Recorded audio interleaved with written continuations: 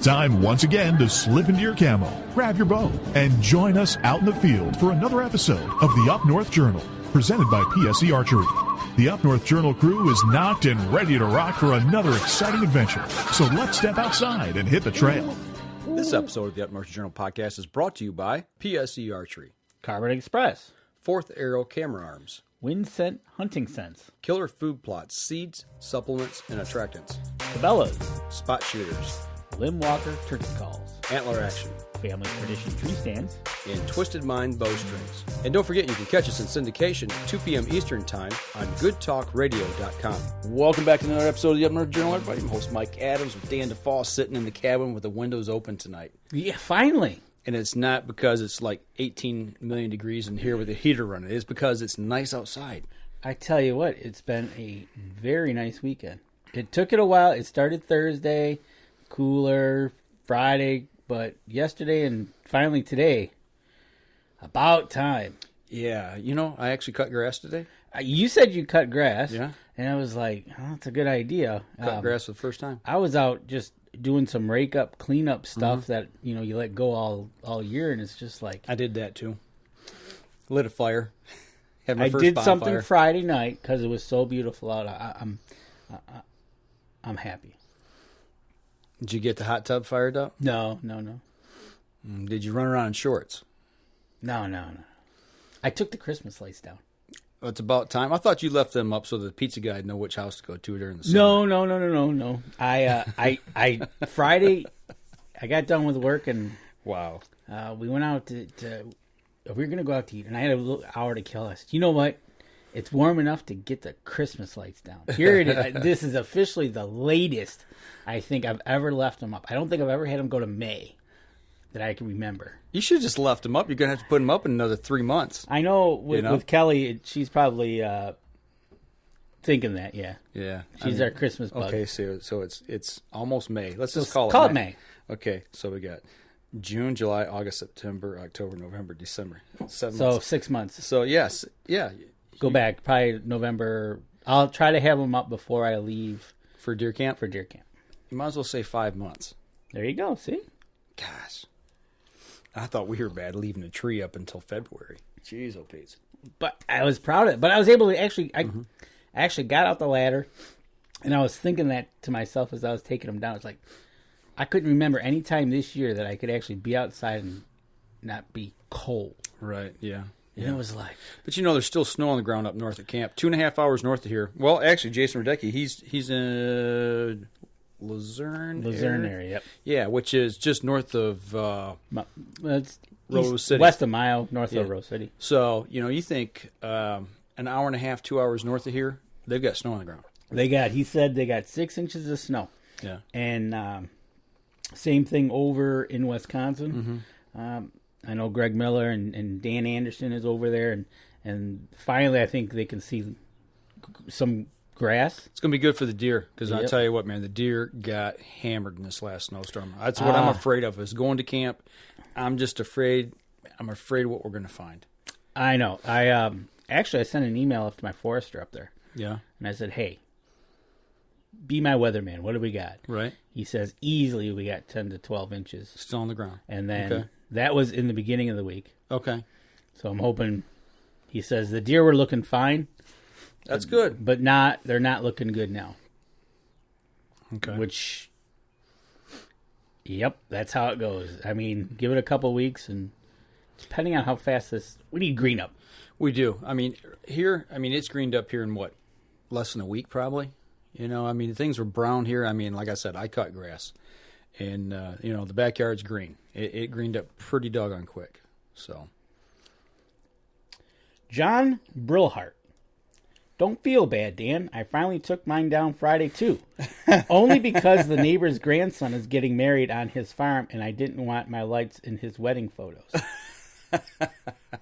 I'm not the only one. So just leave them up, man. Just leave them up. That's what you ought to do. Just leave them up. That's awesome, dude. Just don't turn them on until you got to have the pizza guy come by and say, hey, I'm the house with Christmas lights. There still are houses with Christmas lights. So I don't feel so bad now. Right. But going back to the weather, and I contacted him. I said, hey, what's going on up there?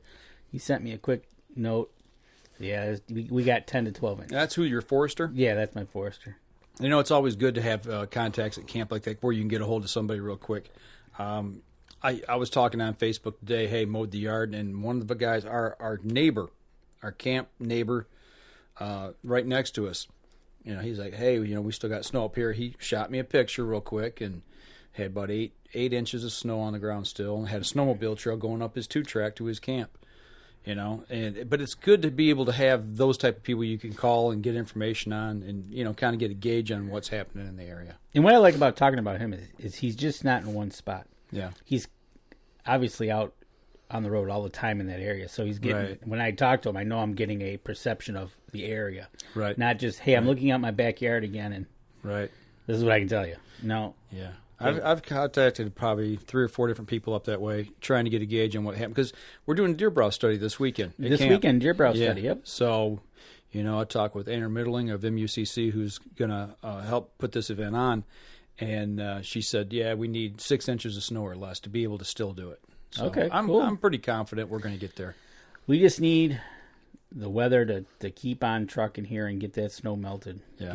And I tell you the truth, I'm surprised it's still how much water there is out in the woods. Is there? Yeah. Down here? Because I was walking over at Seven Lakes there, and there was a couple of spots. It was kind of marshy, and it's like, But then you think about it, it's like, well, yeah, just last week we had with snow. Okay, so your turkey season starts tomorrow. Yeah, my turkey season starts tomorrow morning. So did you scout more this week? No, I didn't actually. I got out the one time. So you're confident where you're going? I'm confident where I'm going. Okay. And I'm not going to where I scouted, so. Is there a reason? I'm playing a hunch. Okay, you rolling the dice a little bit? Kind of what I saw today. Is I'm betting on something. Oh, okay. So you did a little driving around then. I see what's going on. Well, not it just the amount of people over there. Yeah. You know, after what you said, it's just there's so many people running through that area. It's just because I forgot to go look. I forgot to turn down that road, but the campers were pulling out of there. Yeah, they're probably opened up. But I thought that campground didn't open up till May. They may have opened early. I don't know. Well, what I'm thinking is they're opening up maybe on just weekends or something. Maybe. Could be. But that kind of... I'm playing a hunch about the traffic in there.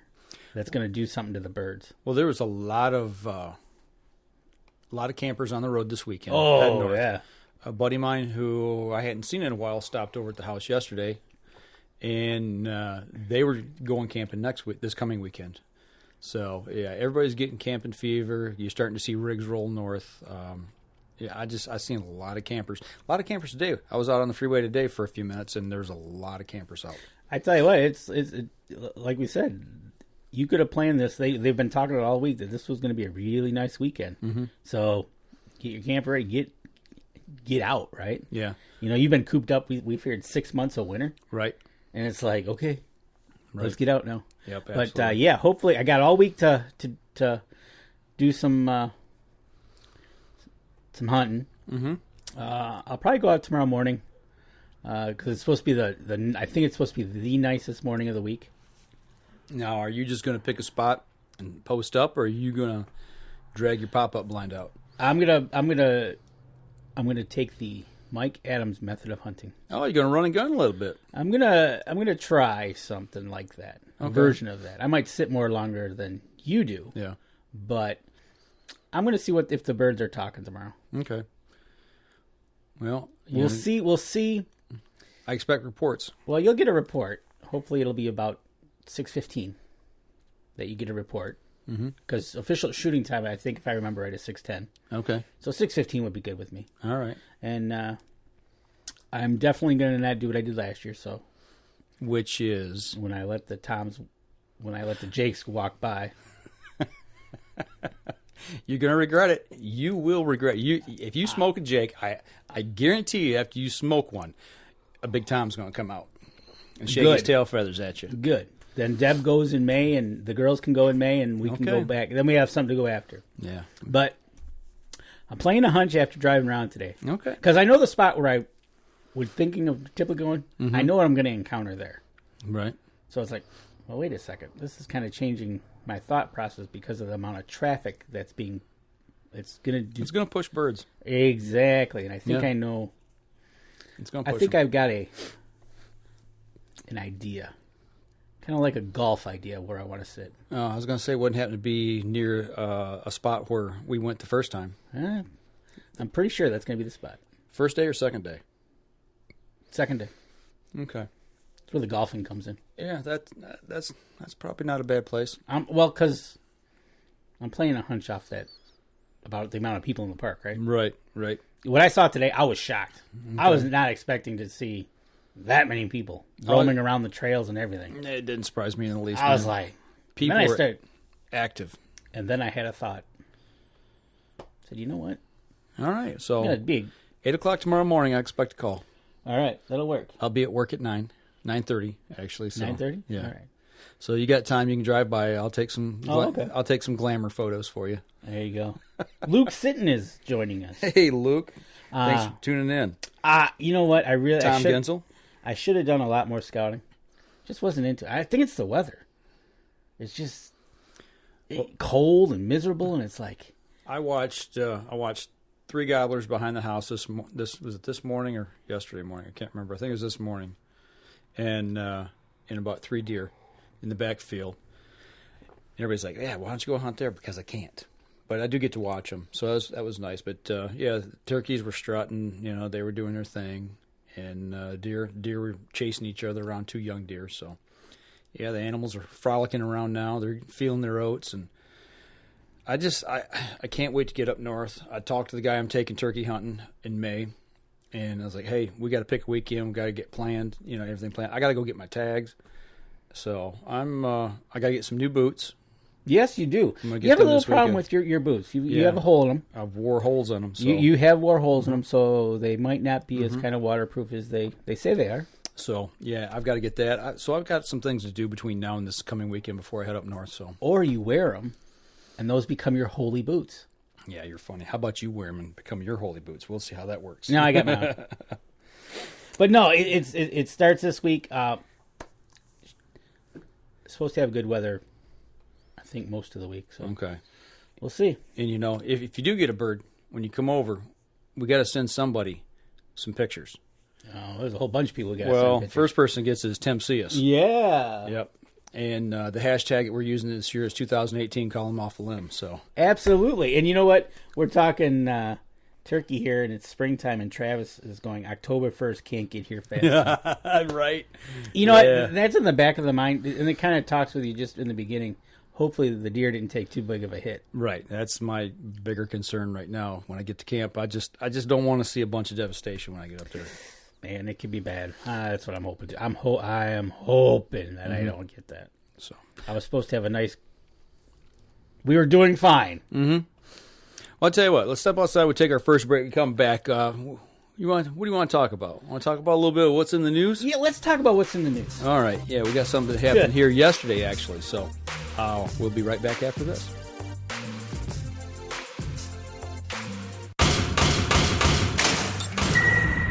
PSE Archery has reinvented the way you buy bows. From now on, you can make the most educated decision possible by basing your bow choice specifically on your shooting needs and goals. All you need to do is ask yourself, what kind of shooter am I? What do I want to achieve? PSE will help find the right category for you. So, what kind of shooter are you? Find out at psearchery.com. Killer Food Plots have been helping property owners for over 20 years create premier whitetail habitat. Whether replenishing your soil with their all-natural Organics Fusion pellets or planting a premier KFP food plot seed blend to help your deer rebuild their bodies through spring and summer while supplying the much-needed high energy during and after the rut, you can trust that Killer Food Plots family and their products will help your deer achieve their full potential.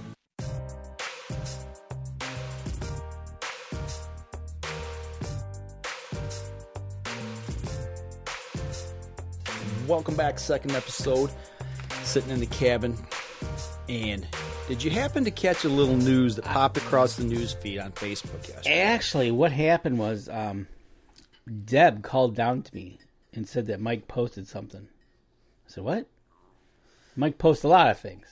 Well, she's like, well, it seems Yeti Coolers decided that they're not going to work with the NRA Foundation anymore. Right. Out of the blue. Yeah, they've done it for years. That was a shock. And the NRA Foundation is the side of the NRA that does fundraisers for the educational and youth side of the NRA. Yeah, basically the youth outreach. So basically what they said was, and from the articles I could read before the show, no explanation. No, they've not said a word yet. And actually, I don't expect them to, because the only thing they can do is stick their foot in their mouth further than what they've already done. So I hope. Well, I kind of want him to say something because I got to hear this because the article said they've been doing it for years, and it's just they all of a sudden said we're not going to do business with you. Yeah. Well, in the recent light of what's been going on around the nation, the political movements that are shaking things up and down right now with the NRA, with these school shootings and everything. People are getting froggy. People are jumping off the ship and jumping off the bandwagon and trying to align themselves with who they think might put more money in their pocket. Who could further agenda further. Yeah, I really think if that is the case and why they did this, unless they specify something totally different and come up with a pretty doggone good explanation, I think this is going to come around to bite them in the shorts. I don't know how you... when you rely on a general public to buy your product, and I hate to say it, but the general public, most of these people probably belong to the NRA. Good number of them. Yeah, a good number of them, but and hunters, fishermen, outdoorsmen, campers. I mean, we're all collectively outdoorsmen. Well, that's the point. If they think that they're going to hurt, if they think that they're going to hurt the shooter of the NRA. But a fisherman might belong to the NRA as well, right? Or a hiker, or it's just you're just not a segment of people that there's more to the story. There's a lot of people that belong to the NRA that aren't even involved in the outdoors. Exactly. So there's more to the story that says, "You sure you want to do this?" Because, and now there's a couple other things that are coming out. Like someone said that Yeti's made in China. Yeah. Hey. Buy a United States product then. Right. And we got quite a few of them that are made here in the States. Yep. So, and we've seen it at the ATA show that Yeti is not the only game in town. And that's exactly what I thought of yesterday. As soon as I made the post and I thought about the ramifications, how this is all going to shake out, I'm like, okay, so you want to separate yourself away from this organization that promotes our Second Amendment, that tries to help secure our Second Amendment. And Second Amendment and hunting, two separate things. It's not the same thing. The right to bear arms and and being able to go hunting, they do cross paths, but the Second Amendment isn't about hunting. It's about it's about our right to be able to protect ourselves. But getting back to that, all these people going to these shows now, people going to the trade shows like what we do, I'm thinking, I wonder what the reaction is going to be at trade shows now. Because really, what's the next biggest one? Have they already had ICAST? Or no? I think that's during the summer. Is it? Okay. I think that's like June, July, isn't it? So that's probably the next big one coming up that I can think of kind of right off. And you're speaking right to the fishermen, right? Yeah. So I don't know if they go to that show, but if they do, what's going to be the reaction? Well, I want to see what the reaction is going to be next year when we go to ATA. If they're even going to be there, well, if they are there, I might walk by and say something. It would be. We'll have to keep an eye out for them. Politely, right? Say well, you can, and that's the difference. If you say it politely, you're stating your opinion. Yep. Is there anything wrong with that? Nope. Exactly. So and it's just something like that, and it's kind of funny because I could have swore a couple days before that. And I'd like to know, if some other outdoor companies, the Bass Pro Cabela's, right? They just did a thing earlier in the week. I remember right. They pushed a sponsored post was Yeti. Yes, they did. And it was like, so now, okay, does this jump into that realm of things? Well, that's what I'm kind of. The big box retailers all of a sudden go, oh, wait a minute now. Because the big box retailers depends on a lot of those people to come into the stores to buy their stuff. Yep, exactly. So if you've got a hunting store and they're no longer going to support the shooting sports, how's that going to play out? Right. You know, I guess the best thing in that case is if they don't say anything, then just don't buy the product that's on the shelf and let it sit there. Well, we know what happens at Cabela's when stuff doesn't move and what happens to it. It gets shoved. So it goes right to the bargain cave. Well, yeah, or gets taken out of the store completely. Right, exactly. And that's the thing. You know, in this case, what's happening is like, okay, let's see what happens. It's going to be an interesting summer. Mm-hmm. And I put that post out yesterday afternoon. Within probably, I'm going to say within 5 or 10 minutes of NRA making that statement, putting that post out, and our Facebook page blew up. People were grabbing that article that I posted because I linked to it, to the link. I grabbed the link and made it part of our post, and I said a little something about it, but it went like wildfire. So it's going to be interesting to see how this shakes out. And for those of you all out there on the podcast and here on the live stream, feel free to come over to our page and post and let us know what you think about it. I mean, are you going to continue using a product like that doesn't support the Second Amendment? If you were thinking about buying that product, are you going to still buy it or not? In the role of that post, actually, I saw it on another article about that. Was somebody said that they just bought 2. Mm-hmm. She says, "Well, I'm taking them back now." There you go.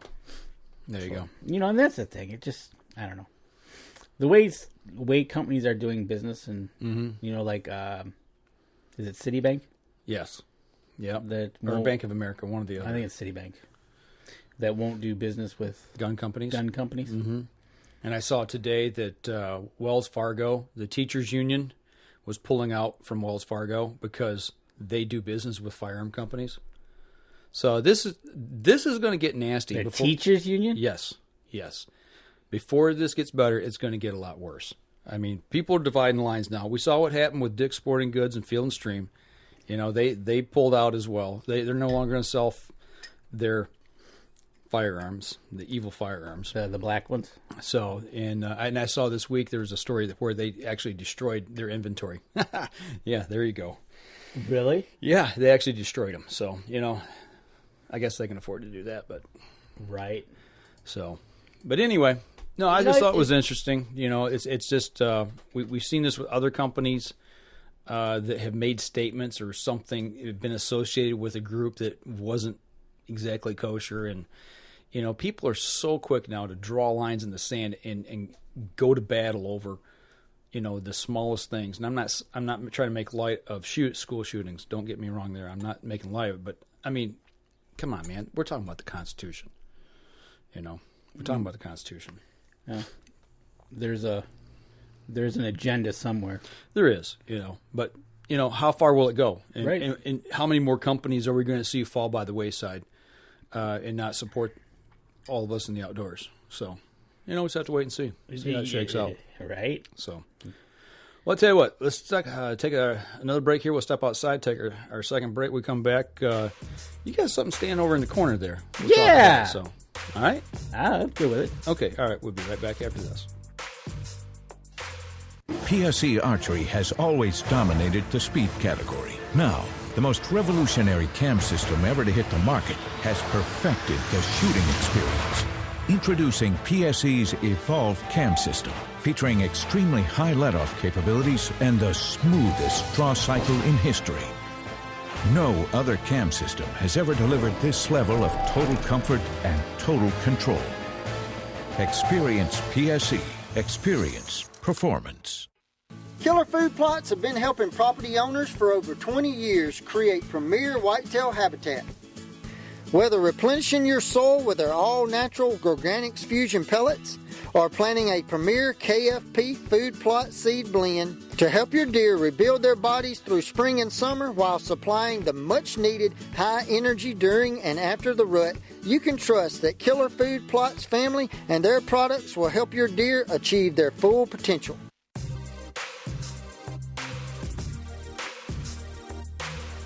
Welcome back, third segment of the show. Sitting here chatting about this, that, and the other. New stuff, warm Yeah, weather, you know, turkey season.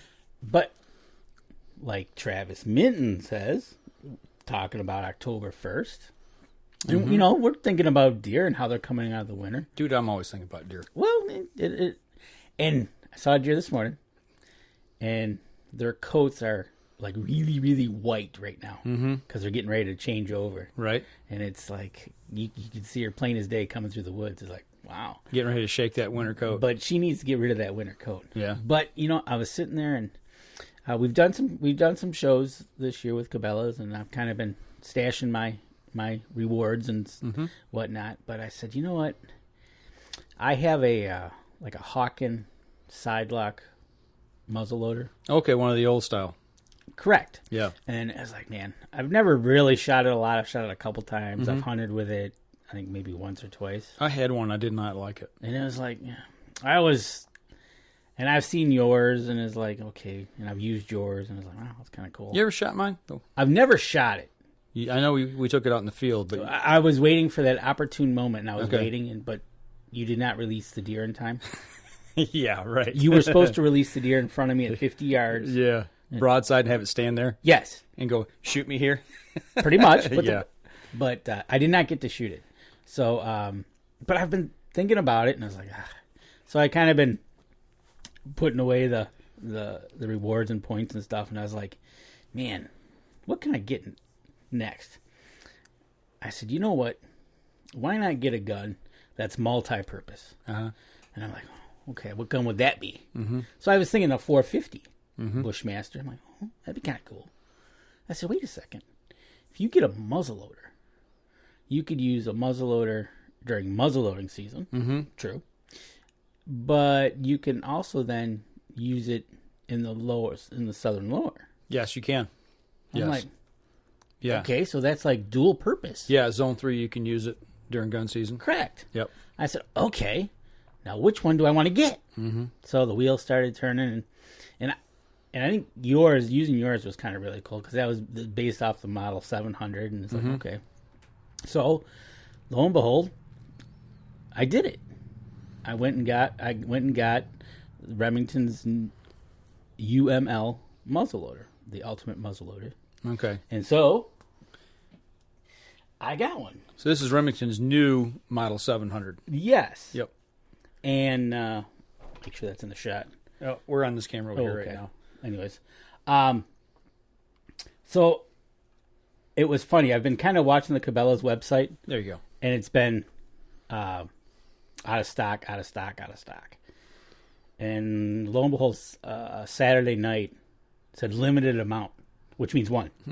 Whenever Cabela says limited, it means one. Yeah, they got one. That means they got one. I did this before, so I know what this means. I was looking for a 20 gauge. Okay. And it said limited. I called, we got one. So I called him. I said, do you have one? He goes, yep, we got one. So I hurried down to my local Cabela's, and I got the new Model 700 muzzleloader. And funny thing is I had to have a NICS check. For a muzzleloader. For a muzzleloader. I'm like, why? Why? He goes, well, there's a kit out there, and I'm assuming you get it from Remington.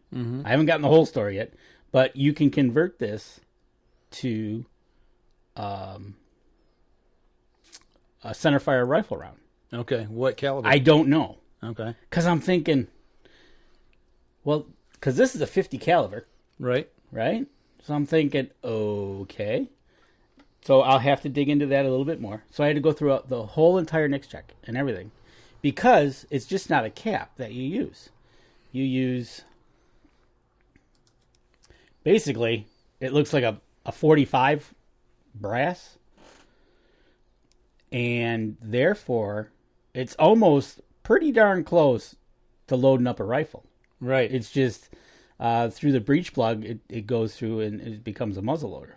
So it was like, wow. So you actually put this is your primer. That's it right there. You know, it's in a brass case. Like I said, this looks like a 45 or a 44. But yeah, as you can see here on the camera, There, even looking at it in that profile, right? There's no projectile, there's no powder in it. It's just a primer. It's got the centerfire primer on the back side. Yep, and that way it can be housed in the receiver. Okay. And then you go in your head, you load it up just like any Model 700 load. Yeah. So it looks, it really does. The bolt and everything looks just like mine. But before the show, you and I were talking, and I was checking it out. There are some subtle differences, obviously, the way it works. Different from mine, but with the ultimate muzzle loading ignition system, mm-hmm. the gig on this one is you're supposed to be able to take that long range shot, up to 300 yards, with 200 grains, 200 grains powder, yeah, 200 grains, and I forget what the projectile is, 250. Probably like a 245. It's a 250 grain bullet. Yeah, I'll use 295s or 245s. Just depends on what I can get my hands on at the time. And then you can go ahead and those are the ones that came with the gun. Right. So, but now I need to get a scope and some rings. I know where he can get some of those. Really? Yeah. Slam some Vortex on top of that. Absolutely. Maybe. I've been looking. Actually, they've got a really nice price on a Vortex Crossfire, and I'm gonna have to ask you some questions on them because I'm not 100% sure on what the differences are and all. Yeah, they're the same scope, but they say one has this and one has the other, and I think that's probably the MRAD, and then the military radian reticle, and then the other one is on minutes, something like that. Yeah, but yeah, so hopefully this hunting season, and I think if I get this all set up, I'm going to be using this the whole season. I think I'm going to use this for rifle season too. Up in the UP? Yep. Okay. I think I want to get this thing out, and I'm gonna get it out there and use it, and then call you One Shot Sally. Well, I gotta get as good as you, man. 2 deer in 2 minutes. I don't know if I'll ever be able to do that, but you want me to show you? But I want to get out there. The whole key, seriously, the whole key to that, and I've heard this from people who've shot muzzleloaders quite a bit. They said, once you shoot, it's easier to reload on a warm barrel. Really? And it makes sense, So as soon as I shot and dropped that one, I dropped that doe right in her tracks last year. I mean, bang, boom, she fell. She didn't take one step. And I'm like, oh, that's cool. The other one ran off. I'm like, well, okay, let's reload, because I had another tag. So I just went ahead and reloaded, and when I stood up, that second one had came back. And it was just bang again, And I reloaded again real quick because you never know. I still had a buck tag. I had 3 tags. I had 2 doe tags and a buck tag. So right, exactly. So if I'm not able to tag out, hopefully I might go up to your place for muzzleloading season and see if heck yeah, can't find a doe. Heck yeah. Because I'll be, okay, I need 2 does and I need them in 2 minutes, people. Yeah, I'll announce it. Yeah, right. So, well, that was a fun hunt. I mean, I've had a lot of fun on different hunts and stuff, but that one was, I don't know, it was just, this kind of made me giggle. Absolutely. I would. And I'd like to try to get this sighted at least 200 yards. Yeah. We could do that over at our range. That's exactly what I was thinking, because I was thinking, okay, I'm going to need a range, because typically it's 100. I'm like, well, this says 300. Right. So I'm thinking, well, if I go for 200 and I get the right scope, and I think the crossfires, I want to say it starts with a B. That it's got. The BDC? That might have been it. A bullet drop compensator on it. Yeah, that might have been it. And, it was like the rings, and then that was the scope, the crossfire. And you can't beat the Vortex guarantee on them. Absolutely. So I know I'm going to get a Vortex. It's just a matter of which one I want to get. So I was looking at that, and hopefully this summer we'll be going out to your range and test firing. I'm ready. As soon as we get a little bow action in here. That's something I almost did today, but I didn't. I started to get the bow out, but after lighting half the backyard on fire, I just thought, no, I'll let the bonfire simmer down a little. Question for you. Yeah. On shooting yours. Mm-hmm. Do you run a patch down the barrel after every shot? Depends. We're going to the range. Yes. Okay. Yeah, I'll swab it. I won't like clean it. But No. But you'll just run a patch up and down the barrel. Yeah, I'll have a patch ready, and I'll have cleaner solvent on it. And I'll just run it down and out one time. Yeah, because what happens? The fouling will. Oh, it's a lot of fouling. It'll build up, and actually, after 5-6 shots, it'll get so tight that no matter how much pressure you put, you can't get the projectile down the barrel. Okay. You can't get it all the way down and seated. And that's what I was talking about loading hot. You don't want to load hot, I mean, like right after the shot, but, give it a second, let it cool for just a second, and then go ahead and drop pellets. You don't want to drop out a hot barrel. And actually when you do that, make sure it's pointed away from you. I mean, I was conscious of that when I was loading. I was like, I made doggone sure. I was like, okay, I'm going to drop 2, and I had it pointed away from when I dropped them just to make sure. But, that's right, and it's pellets too. That's right. Yeah, that's what I use is pellets and drop them down. And I tell you what, that round went right down that barrel, no problem. Good. I'm excited this summer. I want to get out there and we'll get the scope put on it. And I'm interested to see this ignition system work because on mine I use 209 shotgun shell primers. Exactly, and they stick once that primer goes off. It expands just a little bit, and you have to use a primer pick to pull that out. And I don't like that style. Matter of fact, I have it with me in my pack. You even told me it's a little tough. Here, you'll need this if you need to get another shot. You'll need to get that primer off. And they say these burn hot. Now, hotter than a 209 primer, I don't know. It just we'll see. Let's get it out there. We'll test it. And We'll fire some down range, and I might want to get a couple more. I might want to try a different couple. I know that I want to say they gave me 265 with polymer tips. Okay, were they the belts, power belts? They're sitting in a Sabot. Barnes power belt. That I don't know. Okay, that's typically what I use. It came with the gun. 245, 265, 295, 305, something like that. I think that's the ones I usually see in the store. So right, exactly. So we got some shooting to do this summer. And do you have the solvent, the cleaner, and all that? You got a Jag? I have everything. I'll probably go get new solvent and stuff because the solvent I have is probably old. Oh, so you didn't get new when you bought it? Yeah, no, I didn't. I got the gun. Came home. Okay, all right. I spent enough money at that point in time. I got you. It's like, wow. Yeah. But I'm excited that I have a gun that I can use all year round. And get familiar with taking it apart. I mean, like stripping it down and cleaning. I mean, that to me, I think that's the key to the longevity of these guns, is making sure that they get cleaned properly and then, lubed properly. And do you remove the breech plug? Out of mine, yes. This one says do not. Really? Remove the breech plug. Okay, so how does it get properly cleaned?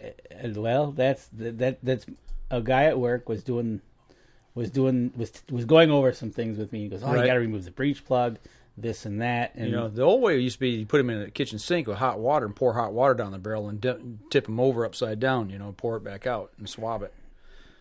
See, they call it an extremely clean burning system. Okay. But there's still got to be powder residue inside the barrel when you're done, though. Okay. Do not remove the breech plug under normal conditions or maintenance. Okay. Right there, big bold letters. Because my friend at work says, "Oh, you probably want to take the breech plug out when you're storing it." That's what I do, and I just happened to be looking through this. Like I said, "No, I don't." He goes, "What?" So, never attempt to remove a breech plug. Well, you don't remove with the primer attached to it. Yeah. So that's good advice. You don't do that. Well, that one in the but I would like to know. I'd like to know what their whole thought process on that is, and the cleaning procedure, because when you're pushing that patch down, you're pushing all that fouling down to the breech. Well, I'll have to. Or not the breech, but the back end. I wonder if it says in here because. Yeah, I'd be interested. So read up on that. Let me know. All right, we'll do.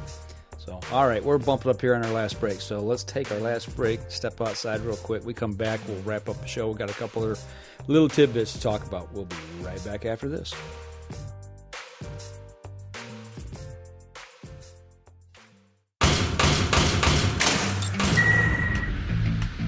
Acceleration is part of PSE's DNA. PSE pioneered the speed movement. Now they've developed the vapor category to help you find the most powerful bows on the market to fit you. High speed equates to intense power and building the momentum you need to be successful. Are you a vapor shooter? Find out at psearchery.com. Killer Food Plots have been helping property owners for over 20 years create premier whitetail habitat. Whether replenishing your soil with their all-natural Organics Fusion pellets or planting a premier KFP food plot seed blend to help your deer rebuild their bodies through spring and summer while supplying the much-needed high energy during and after the rut, you can trust that Killer Food Plots family and their products will help your deer achieve their full potential. Last segment of the show, everybody. Sitting here in the cabin. It's daylight. And it's sunny warm. out, blue sky. I got the window open behind me here. It's nice. It is. It is nice, and it's finally, I hope that's the last of the snow, and I can switch my snowblower and lawnmower now. You should be able to. I I'm would hoping hope so. You know, I got the bike out. I rode for the first time last week.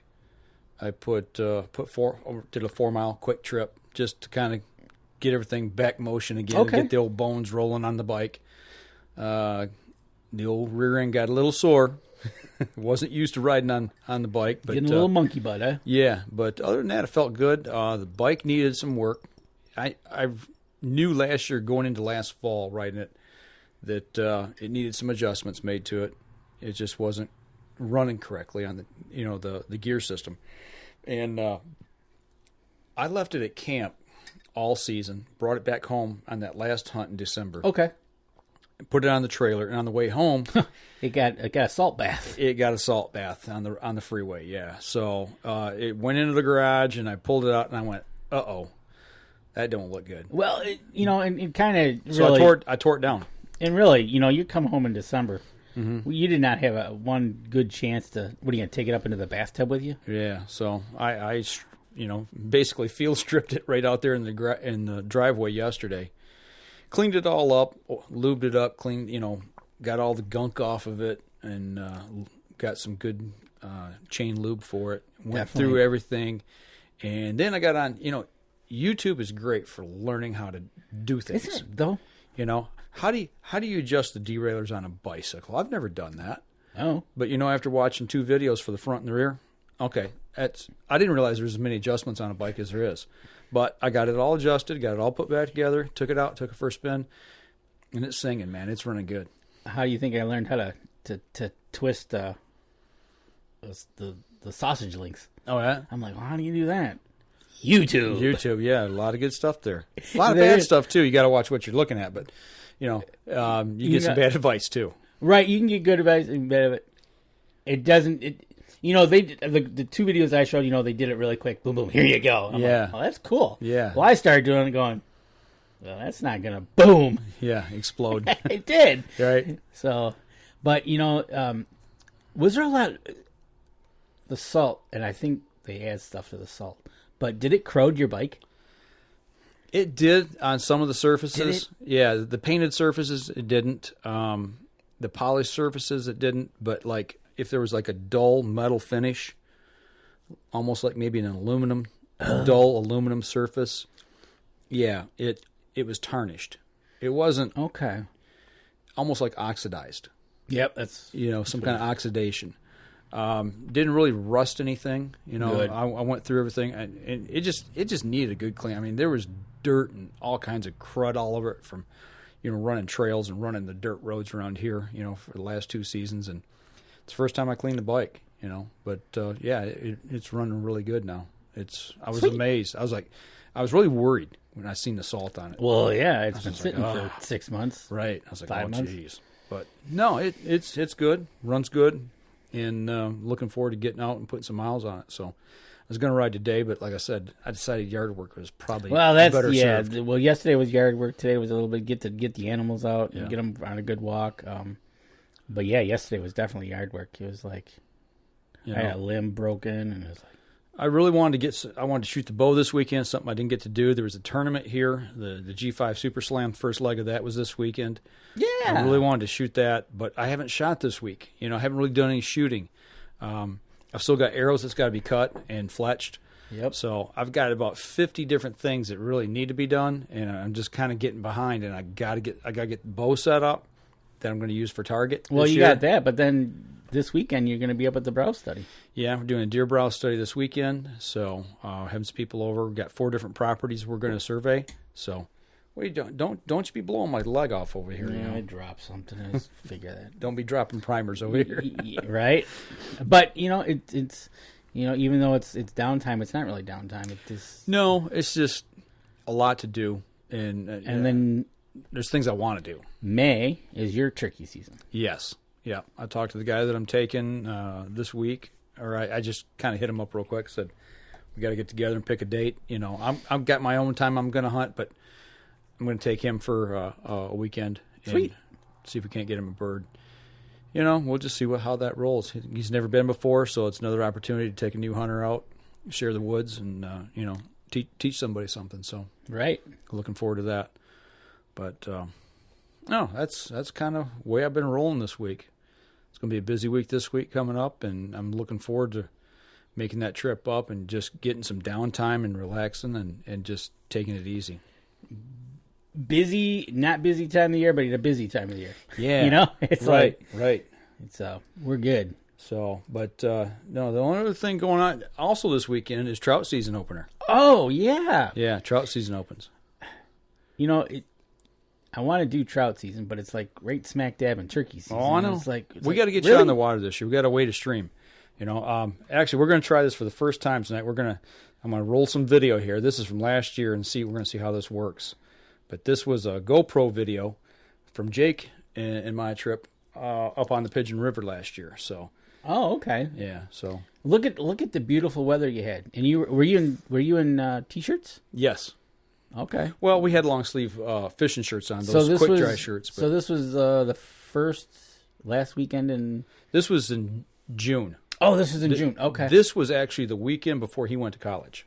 Oh, gotcha. So yeah, wading some streams and having some fun. It was just we spent 4 days up there fishing on the rivers, and we used camp as our base camp, and went to a couple different areas and did some trout fishing. So, but that's coming up this weekend. Man, I tell you, there's gonna be snow on the ground up there. Yeah, actually, a guy I used to work with hit me up on Facebook today, and we were talking a little bit. He's like, "Hey, where are you going?" And actually, he's going to be between Mayo and the 4001 bridge. Oh, okay. And I drive right through there going to camp. So he's going up trout fishing. He's going to give it a try for the first time, and I said, you got those frog tog boots sitting on your front porch. Yeah, I do. They need to get put away from last year. They've been sitting out there all year. But no, I love getting up and wading and throwing some jewelry in the water. It's and you're using strictly spinner baits here, right? Yeah, and that's the thing for guys that don't maybe know, like my buddy who's going to go, the guy I used to work with.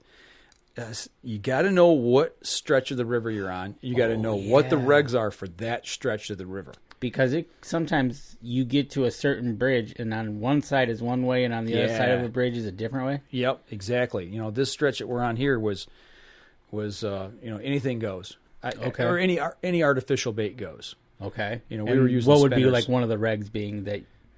It'd be like flies only. Okay. Could be flies only, which we couldn't fish because we had spinners. Or it could be any artificial bait, which you could use anything that's artificial. It means no live bait. Right, no live bait. No crawlers. And then you've got stretches that are anything goes. Okay. And it's just not. Sometimes the demarcation line is a bridge. Usually is, yes, or a road. Or a road. Okay, Yeah. so if you come up to this road and you're like, well, if I walk on the other side of this, you might become illegal. Yeah, well, actually, where we put in at this bridge, okay, downstream we couldn't fish. Upstream, where we were going, you could fish. With really? The gear we had, yeah. Okay. Yeah, and then you get into certain stretches that are different size limits, depending on where you're at as well. And, how many you can keep of a certain, you really got to take a reg book with you.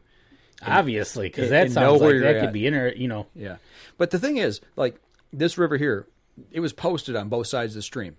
There were signs the DNR had actually put up, and they tell you, from here upstream is this, and from here downstream is this. There's signs there, and you better make sure you read them. Okay, so good piece of advice. So more times than not, you're putting in at like a bridge or something. Yes. Okay. But a lot of times you'll be at a camp, and you'll walk in and put in right at a campsite, or maybe a little canoe livery. Oh, if you took like a side road or something, and you ended up back at the stream. Yep. You better know where you're putting in, right? Yep. You got to know what that stretch of that river is. Wow. So take maps with you, know where you're at, take rule books with you.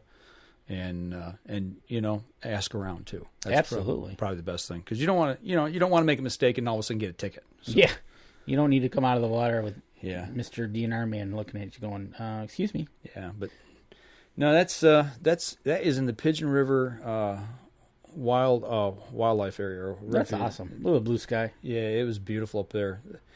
Yeah, my GoPro's on my chest. I got the little chest pack. Is that what you were using there? Yeah, okay. Yeah, so it's a little, let's get off that there. That's starting to make me just a little bit dizzy. but that just gets to show you what you're not really in deep water. Yeah. It's really nice. So. But yeah, that starts this weekend. Yep. So we got trout season opening. Turkey, trout. Walleye, I believe, opens back up in the middle of May, if I'm not mistaken. May 15th on the rivers. Yeah. So yeah, a lot of stuff's opening up now. Finally, it's going to spring. Yeah. So I get it. Seasons are going to spring. You're funny. See what I got to work with. I crack myself up sometimes. So what else we got to talk about? You know what? Not much after that. Just got to get out there and do it and hit it hard and get after it. Everybody else get out there, man. If you're going this week or you're scouting for next week or the rest of the whatever you're going. Yeah. Finally got some good weather to do it. A little bit tougher up north, but you can still do it. At least you can see tracks in the snow. Yeah, well, actually, they're going to get warm weather. I've been checking the weather and staying on top of it. And at our deer camp up there, we're expected to have, high 50s, low 60s all week. So I'm expecting that we're going to see snow, but we're not going to see it covered over the whole area. There'll be piles here and there. It'll be spotty. Yeah, so we should be good. And, I wanted to go this weekend, but I didn't go. Didn't have anybody that wanted to make that drive up because I was going to go up and come back.